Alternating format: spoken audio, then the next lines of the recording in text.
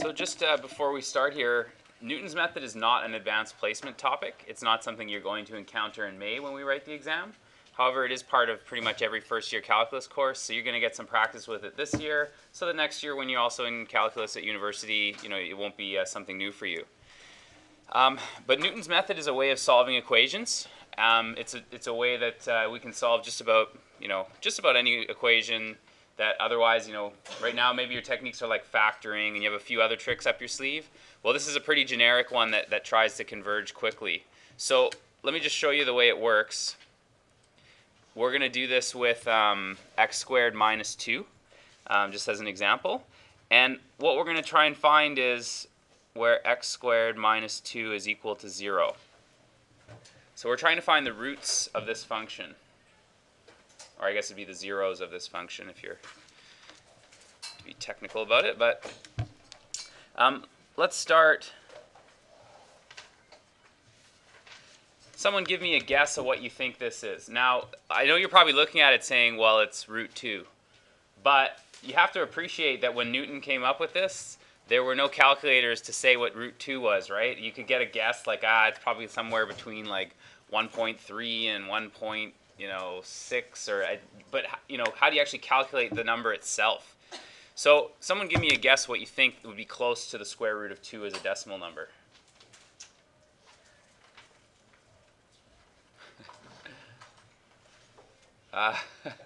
Reaching for a calculator. Well, that's fine. I'll tell you. I'm probably. Why don't we start with 1.5? Okay. So we'll see what happens if we go at 1.5. Okay. Now we're going to evaluate that function at 1.5. So that'll be 1.5 squared, which is 2.25. So 2.25 minus 2. So I get 0.25. That gives me some indication of how close I am to the actual answer, right? Because I'd like a 0. 0 is what I'm looking for. The next part is we need to find the derivative. So let's do that here in the margin.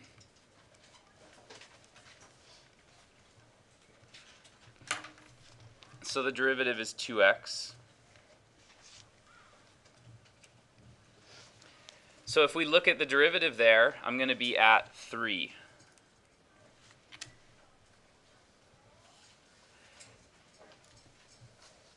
And now I'm going to take the ratio here, this function divided by the derivative. So it's going to be what I calculated previously, 0.25 divided by 3.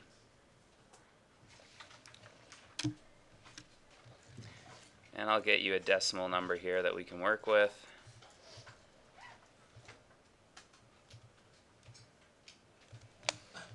It's 1/12, by the way, right? We could do these with fractions, but anyway, just to 0.083, and it keeps going.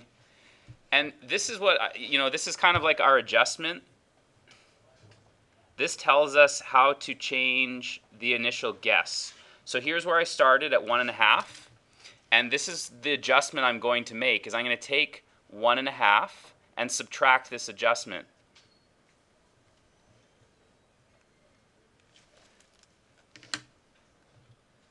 Okay, so 1.5, and I will subtract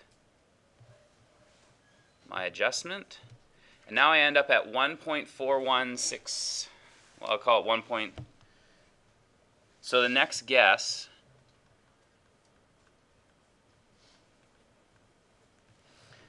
that's my next guess in the solution to this equation. And now I know some of you are thinking, but why? You got to use a calculator. I thought you said Newton didn't have one. Well, but again, it's still something we're capable of. It's just I don't want to spend 20 minutes going through the hand calculations with you.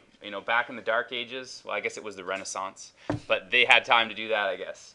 They had no other alternative.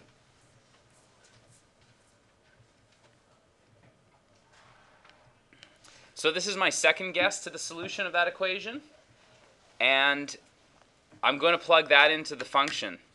So I'm just going to remind you of some things that we like to do with the TI-83 now, just to help speed this process up for you. So one thing we're going to do is we're going to make use of the function in the TI-83. So we're going to put x squared minus 2 into that slot so that I can refer to it as I go forward. And I'm also going to put the derivative down here so that it's handy for me to reference as well.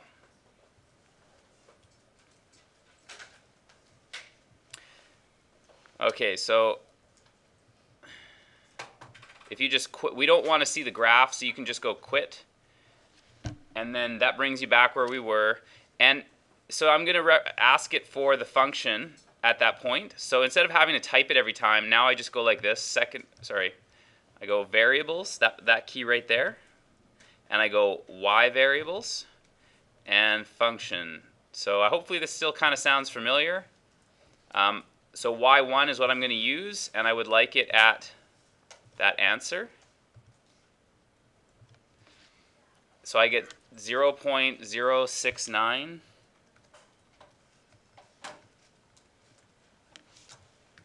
And one thing you should admire at this point is, do you remember what this is how far off of the answer we are, right? The first guess that I made was 0.25. I'm hoping it hits 0, right? I'm looking for the zeros of the function. And my first guess, it hit a quarter. Not bad. My second guess, because where Newton's method is telling me to go, is 0.0069 away from 0. Like, I'm very quickly getting closer and closer to an answer here. So we'll take that, we'll find the derivative. And if you remember, that was where I stored y2. So I'll go y variables, function, y2. And this is the original one, right? The 1 point.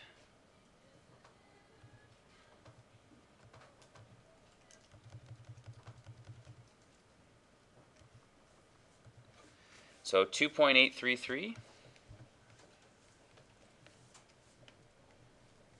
And so on. And now I take those two numbers and I make my adjustment. It'll tell me where to go for the next point. So for the next point, it's going to be this number, this 0.0069 and a whole bunch of 4s, divided by that 2.8 and a whole bunch of 3s.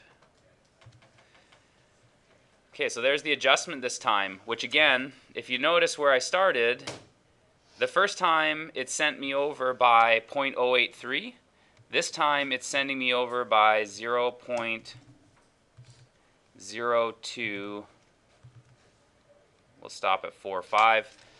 So the second time it's, I guess, 100, almost, well, more than 100 times more accurate because, or no, sorry, there's a 0.8 there. I did miss a 0. I thought it was more accurate than that. I forgot a 0.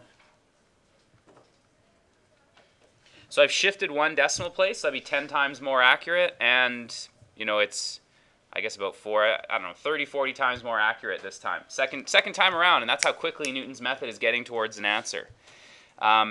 So if we make the adjustment, here's the point that I used this time. Let's adjust it by this amount. That'll give me my new point.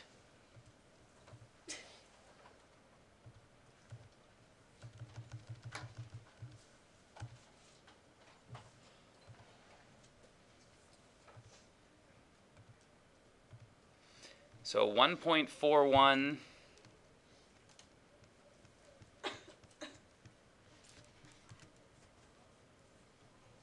4215,686. And that's what I'm going to use now for my last round that we'll do together.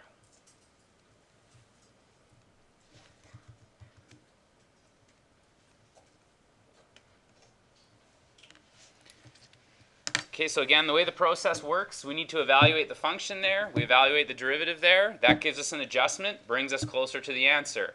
Eventually, if Newton's method is going to converge, there'll be no adjustment to make. Adjustment will hit 0, meaning you can't get any more perfect than that.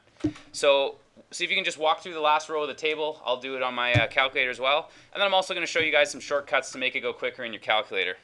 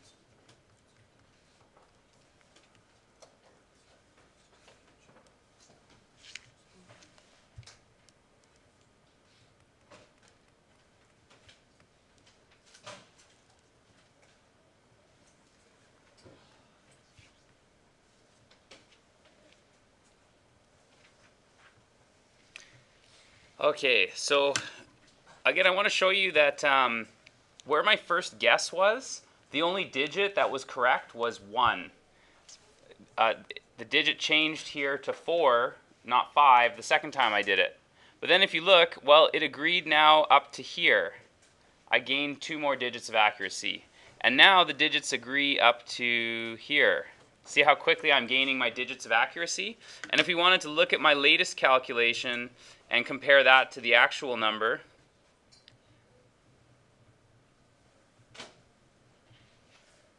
well, my calculator doesn't even have any more accuracy to give me.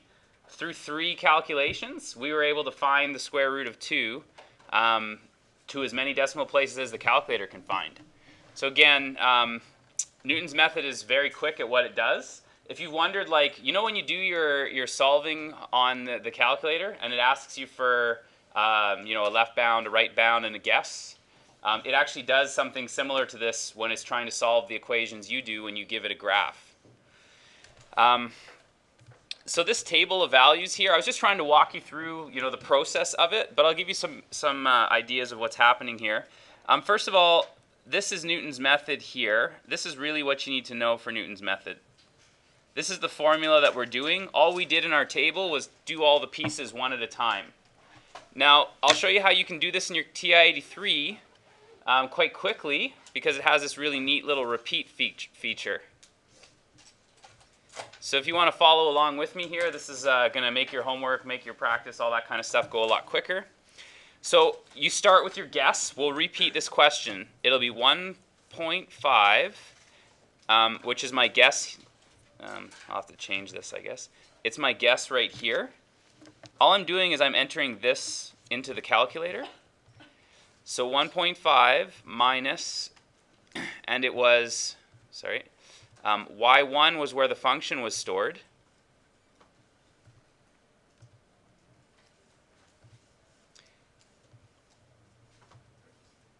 And the derivative was stored in y2.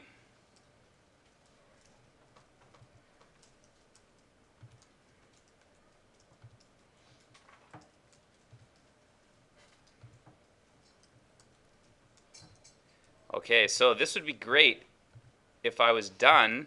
However, this is only going to give me the first iteration, and if I went like this, there's our first answer right away.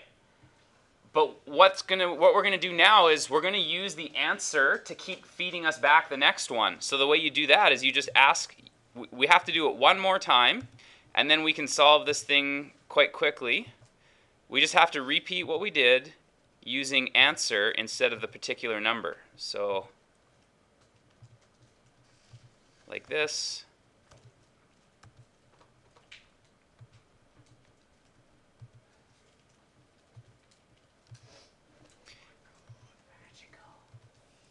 Now that I have the answer, that's what it's going to keep refeeding into the calculator. So when I hit enter, there's the second one. If I hit enter another time, it just refeeds the answer back in, and it keeps refeeding. So if I do that, you'll notice we're already done, but I can't get any better out of the TI-83 because I've run out of accuracy. So no matter what your function and your derivative is, if you can come up with those and put them in your TI-83 that way, then you're going to end up with being able to quickly find a solution like that. Now, again, you might look at this, and it's not that Newton didn't know that this equation was equal to plus or minus root 2. But if you want to solve and actually find the decimal number for root 2, that's one way you could get the actual numerical value, right? Like something like pi. If you wanted to solve for pi, we could also look for pi. So we just have to come up with an equation where we know the answer is pi. So one that we could use would be like, let's do cosine. Cosine of x is equal to -1 at pi. So that means cosine of x plus 1 is equal to 0. If I use Newton's method to solve this, that would start giving me decimal numbers for pi. So I don't know if you've heard about those nerds on the internet that they have this contest to break the record for most decimals of pi. No? It was a local guy for a while. There was a guy, Simon Percival, from I don't know if I got his name right there, but anyways, from SFU, he linked a whole bunch of computers together over the internet. Like, people volunteered and said, sure, you can borrow my computer for a bit, and they calculated out to like 50 billion decimal places or something. So anyway, I don't know if he used Newton's method to do it, but that's how you get all the decimal numbers out of it. So anyway, let's try this now in your calculator. Use the technique I showed you with the shortcut. Solve this equation here, find the zeros, till you have at least 4 decimals of accuracy.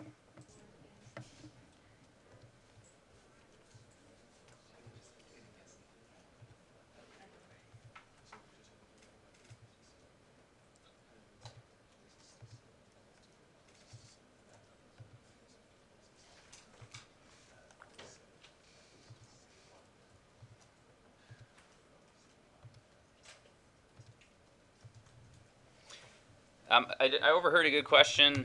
I'm going to blank this graph out for a second. If you didn't know this, when you unhighlight the equals sign, it'll turn that graph off. So right now both are black. If you unhighlight it, then you're only going to see the 1. So if I look at it, here's e to the x plus x. I can see there's a solution right there. That's what I'm looking for. So you don't have to be super accurate. I mean, why don't we just zoom in one time? I don't know, -1/2 might do it. Again, it doesn't have to be, the closer you are, the faster it'll converge. But for this one, that'll be sufficient. You could even guess at 0, -1. Those would be fine too. Newton's method's pretty versatile that way. But that'll give you some indication of what your initial guess is, somewhere around what that picture would show.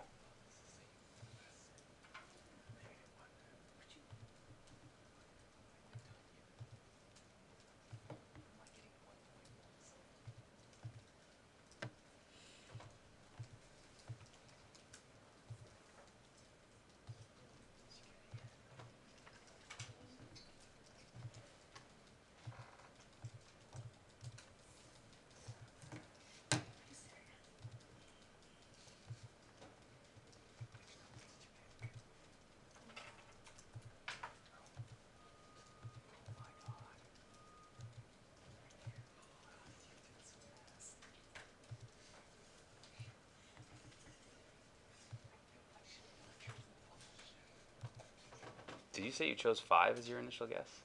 Yeah. It's because the exponent. You're going to find out in a minute why that takes a long time if you start at 5.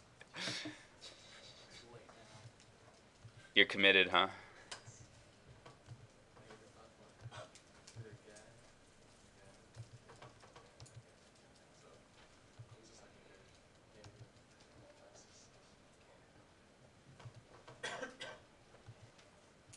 Oops.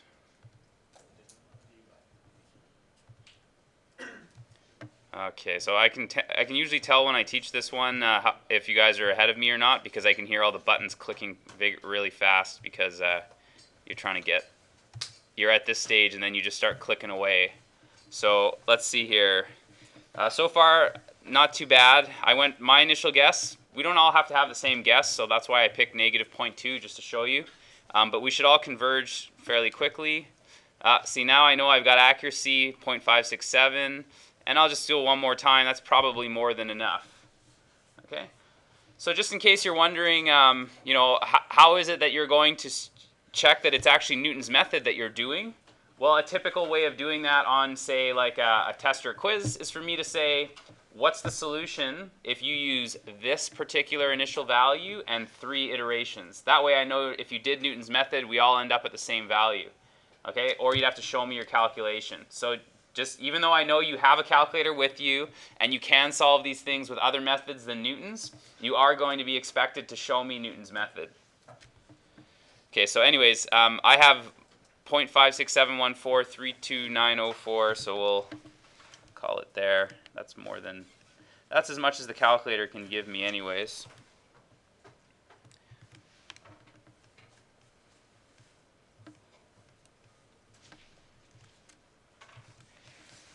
So we can also use Newton's method to find out where the 2 graphs intersect. So let's just take a look at this picture, and then I'll talk about strategy-wise. So we're going to take a look at root x and the cosine of x.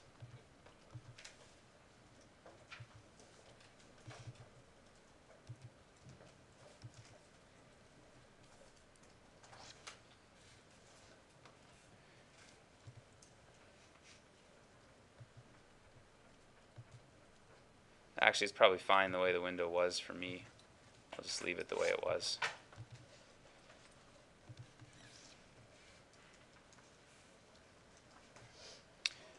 All right, so this is the solution that I'm looking for right here. Okay. But notice that Newton's method only relies on one function. How do you think we could get this same value? How could we do that? We have a creative idea. You've done this before, actually. Sorry? Okay, so that's a good start. Why don't you think about it this way then? You're looking for where cos x equals root x. That's not Newton's method though, right? What do we have to do to make this into Newton's method? Yeah, we have to make one side equal to 0 because Newton's method is going to try and find the zeros. So that's actually what we're trying to do here in order to find where they meet. And this is my function here. So my function, I'll call this one h, is going to be cos x minus root x, and my derivative is negative sine x minus 1 over 2 root x.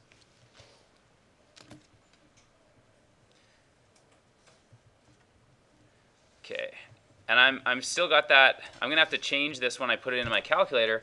But while the picture's here, I might as well use it for my initial guess. That there is 1 where my mouse is. So I'm gonna guess that it's probably like 0.6 or something around 0.6. So let's update our graph here. The only functions we need now are the ones I wrote in red, which is cos x minus root of x.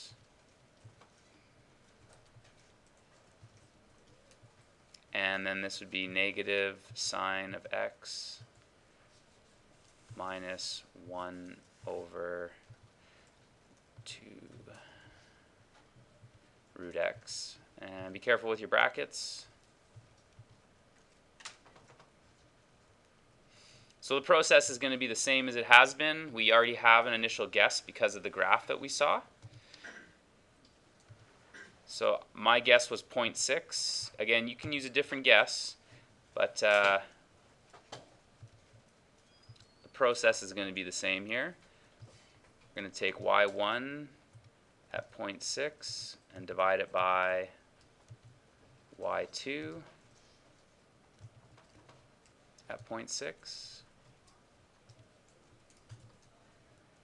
And then we'll do it one more time using the answer keyed in.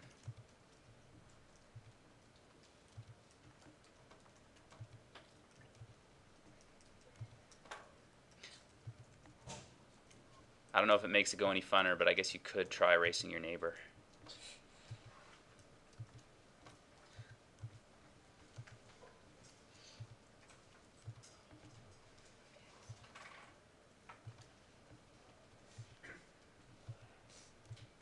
All right. So there's my, I should be able to go from here. And can't beat that one. The calculator has no more accuracy than that for me. So here's a solution that I came up with, 0.6417143709.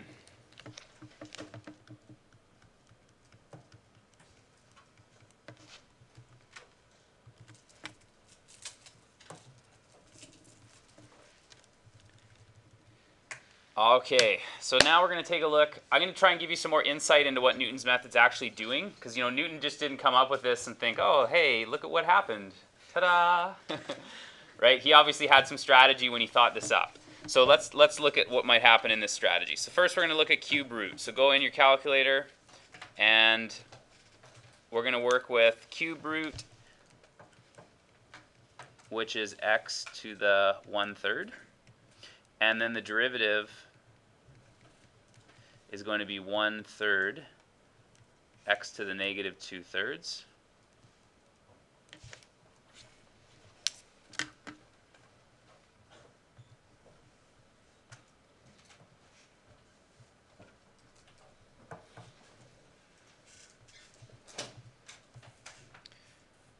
Okay, so x to the 1/3.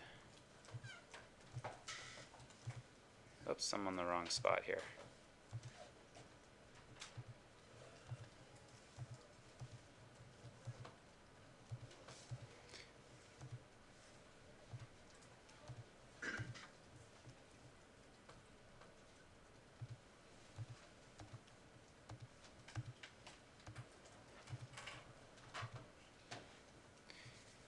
Okay, so I have my function and my derivative there. And we're going to try and find the zeros here, but we're not going to use 0 as the initial guess, okay?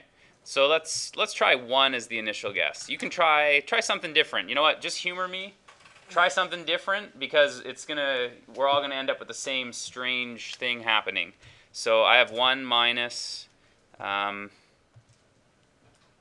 function at 1 divided by the derivative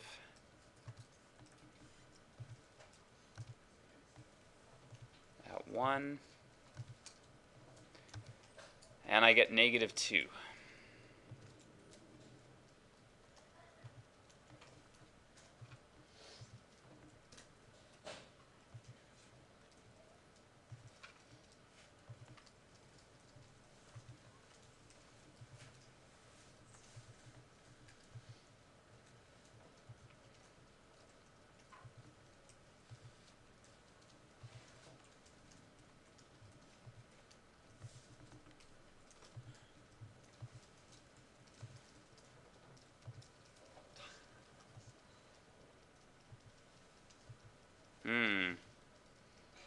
This one does not appear to be doing, it's not behaving very well, is it?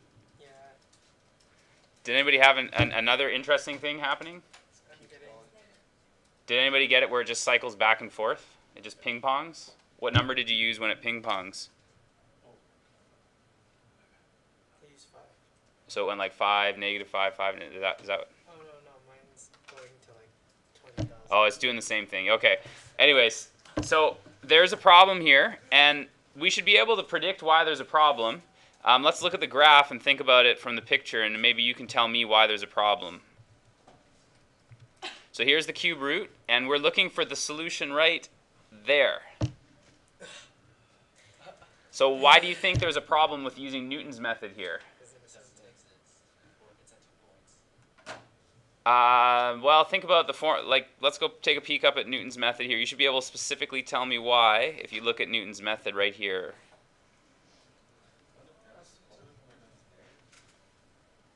There is an asymptote, kind of, not in your picture. What do you think? There is an asymptote in the derivative, though, right? Why?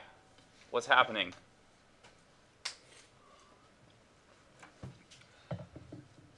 Hands up if you think you know what Stephen was just talking about there with an asymptote. You see a... Okay, maybe you can elaborate for us then. What do you mean? If you draw the derivative on the graphing calculator, curve. Oh, so you're looking at the value of the derivative as well. But right here, okay, I'll zoom in one more time for you in case it's hard to see from where we are. What do you notice about the derivative where we're looking for it?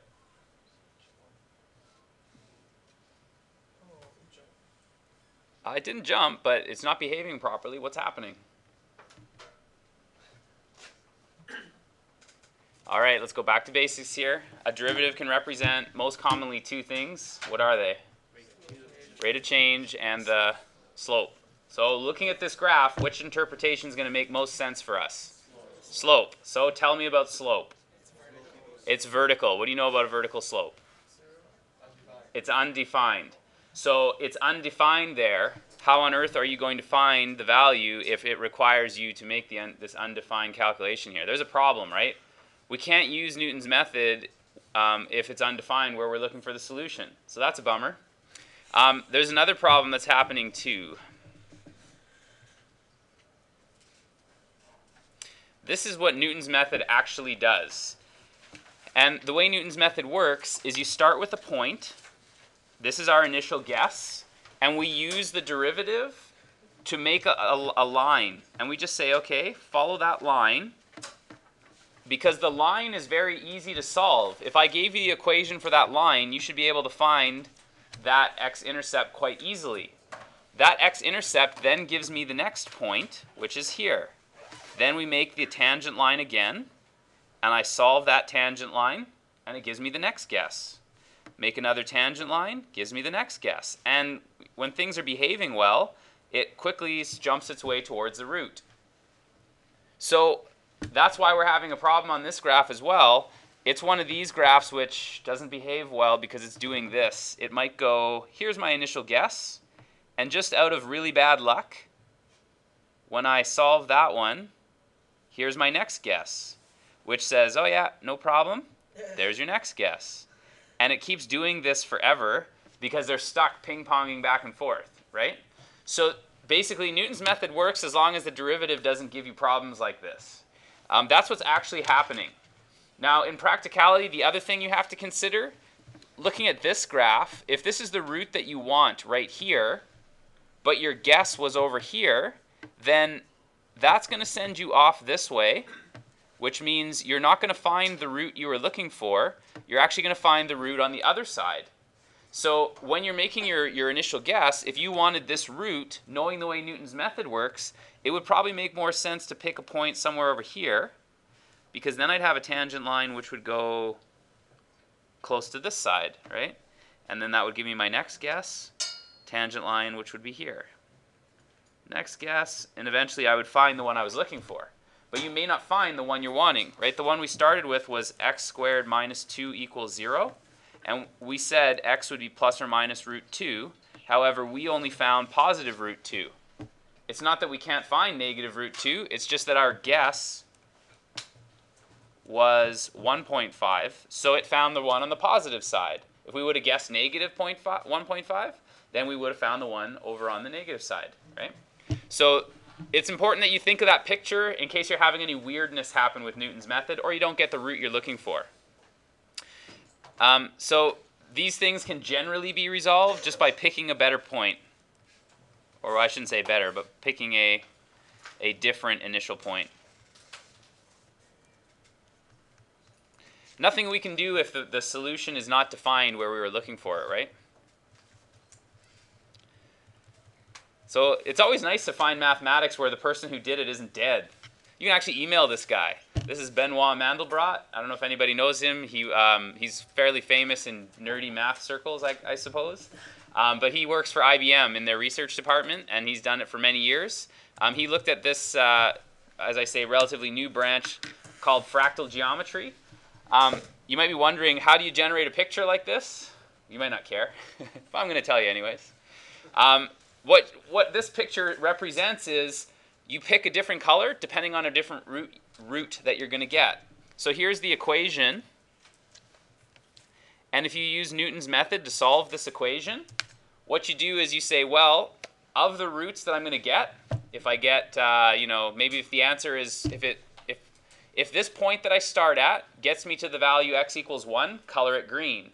If the point that I start at gives me the solution x equals 2, then color it black. And you pick a different color for each of the possible answers, and you figure out where those initial guesses go, and you ask a computer to color the whole plane for you, and this is what you get. So it's kind of neat. The patterns that jump out of these things are pretty impressive, and if you have a minute or two, you should look up some fractals. There's some pretty pictures online. Anyways. So again, just to be clear about our expectations here, it's purely a numerical pursuit. It's something that will not show up on the advanced placement exam, but you should expect to encounter it on our unit test.